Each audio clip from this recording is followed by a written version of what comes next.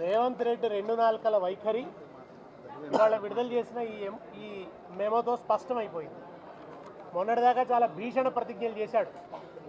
టికెట్ల పెంపుదల ఉండదు, రేట్ల పెంపుదల ఉండదు అని చెప్పి భీషణ ప్రతిజ్ఞ చేశారు కోమటిరెడ్డి వెంకటరెడ్డి గారు, సినిమాటోగ్రఫీ శాఖ మంత్రి గారు. మరి వాళ్ళ వెంకటరెడ్డి గారు ఏ కలుగులో దాక్కున్నారు? ఆయన వచ్చి ఇప్పుడు వివరణ ఇవ్వాలి కదా. ఎందుకు గేమ్ చేంజర్ సినిమా విషయానికి వచ్చేటప్పటికీ మీరు రేట్ల పెంపుదలకు ఎందుకు అవకాశం ఇచ్చారు, ఎందుకు ఈ మెమో జారీ చేశారు, ఆయన ఒక్కడికి ప్రత్యేకమైన ప్రివిలేజ్ ఏమిటి, ఎవరికి ప్రివిలేజ్లు ఉండవు అని అసెంబ్లీలో ప్రకటించారు గౌరవ ముఖ్యమంత్రి గారు. మరి గేమ్ చేంజర్కి ఎందుకు ఈ ప్రివిలేజ్, ఎందుకని ఈ ప్రివిలేజ్ ఇస్తున్నారు?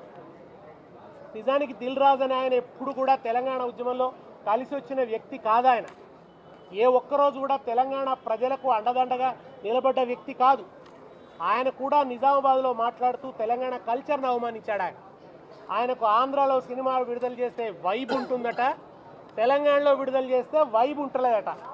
అయితే తెలంగాణలో సినిమాలు మానుకోని ఆయన దిల్ రాజు, నువ్వు సినిమాలు మానుకొని కళ్ళు మాంసం దుకాణం పెట్టుకో, ఇక్కడ కూడా నీకు వైబ్ ఉంటుంది. నీకు కావాల్సింది వైబ్ కదా, ఇక్కడ సినిమాలకు వైబ్ ఉండదు అంటున్నావు కదా. సినిమా వ్యాపారం ఇక్కడ మానుకో. మరి ఎందుకు రేవంత్ రెడ్డి గారిని పట్టుకొని వాళ్ళ టికెట్ల రేట్లు పెంపుదల, నైజాంలో టికెట్ రేట్లు పెంచడానికి అనుకూలంగా ఆర్డర్ ఎందుకు తెచ్చుకున్నావు దిల్ రాజు గారు?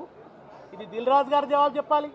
సినిమాటోగ్రఫీ శాఖ మంత్రి కోమటిరెడ్డి వెంకటరెడ్డి గారు చెప్పాలి. ఆయన్నే ప్రకటించాడు విస్పష్టంగా, టికెట్ల రేట్ల పెంపుదల ఉండదు అని చెప్పి ఆయన స్పష్టంగా ప్రకటించాడు.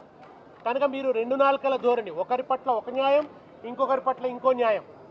ఒకవైపు పేద ప్రజల జేబులు లూటీ చేయొద్దు అన్నాడు రేవంత్ రెడ్డి, సినిమాలు విడుదలైతే టికెట్ల రేట్లు పెంచి జేబులు లూటీ చేయొద్దని మాట్లాడారు, పేద ప్రజలు నష్టపోతున్నారని మాట్లాడారు.